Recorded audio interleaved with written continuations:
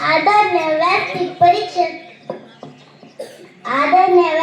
परीक्षक आणि पूजनीय गुरुजन वर्ग, मी इयत्ता पहिली ची विद्यार्थिनी कुमारी सानवी योगेश गुणे सर्वप्रथम थोर राष्ट्रभूषण वंदन करून मी माझे विचार तुमच्या समोर मांडत आहे. शिवाजी, संभाजी, तानाजी असा शिवरायांचा वारसा गाणारा बालक जेव्हा पबजी सारखा गेम खेळून स्वतःचा जीव गमावून बसतो, तेव्हा मला प्रश्नासाठी एक विषय मिळतो.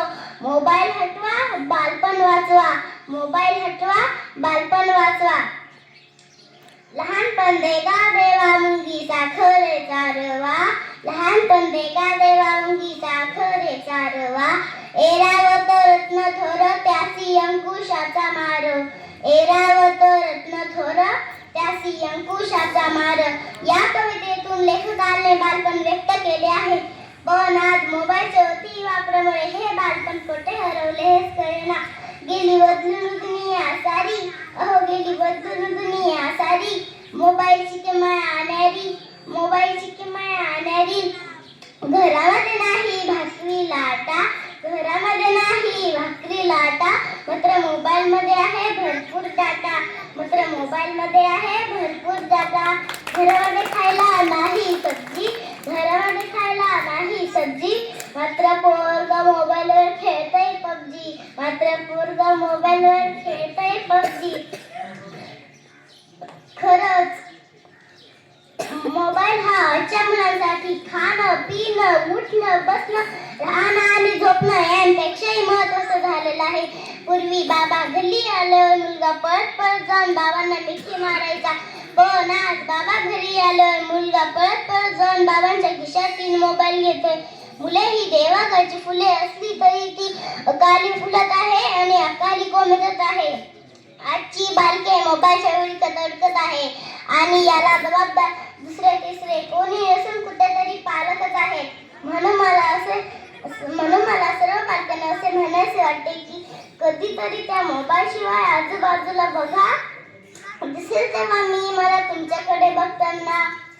मी जर मोबाईल फोन असते तर असा विचार करताना, मी जर मोबाईल फोन असते तर काय झाले असते.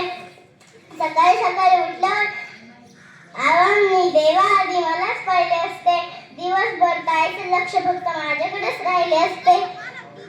बाबा मला गेले असते सगळीकडे घेऊन, खिशात बसून मी त्यांच्या जग आले असते फिरून. आई माझ्याकडे बघून खुदू बसली असती. सतत मला गालाला लावून गप्पा मारत बसली असती. नको मला मोठा केक, नको मला नवीन केक. गिफ्ट म्हणून द्याल का तुमचा थोडा वेळ, गिफ्ट म्हणून द्याल का तुमचा थोडा वेळ. म्हणून मला असे म्हणायचे वाटते की दिवस काळचा आज संपला, प्रभाव उद्या ती दिसली रे. बालपणाचे दिवस संपले, मुले संस्काराला मुकली रे, मुले संस्काराला मुकली रे. खरंच आजीच्या कुशीत झोपताना ऐकलेल्या गोष्टींची सर मोबाईल मध्ये विरवला नाही. मोबाईल मध्ये हरवत चाललेल्या बालपणाची वाटते मला खंत. लहानपणाच्या बालपणाचा असा नका करू अंत, असा नका करू अंत. सर्वांनी विचार करा पक्का हाच आहे मोका. हरवत चाललेले बालपण रोका, हरवत चाललेले बालपण रोका. चला तर बाल मित्रांनो, आपण प्रतिज्ञा करूया आणि मोबाईलला आपल्यापासून दूर ठेवूया. जय हिंद, जय महाराष्ट्र. धन्यवाद सानवी. या ठिकाणी यांच्याकडून तिला 100 रुपयांचे पारितोषिक मिळत आहे, तिने ते स्वीकारावं. सानवीसाठी एक जोडा काय आला पाहिजे.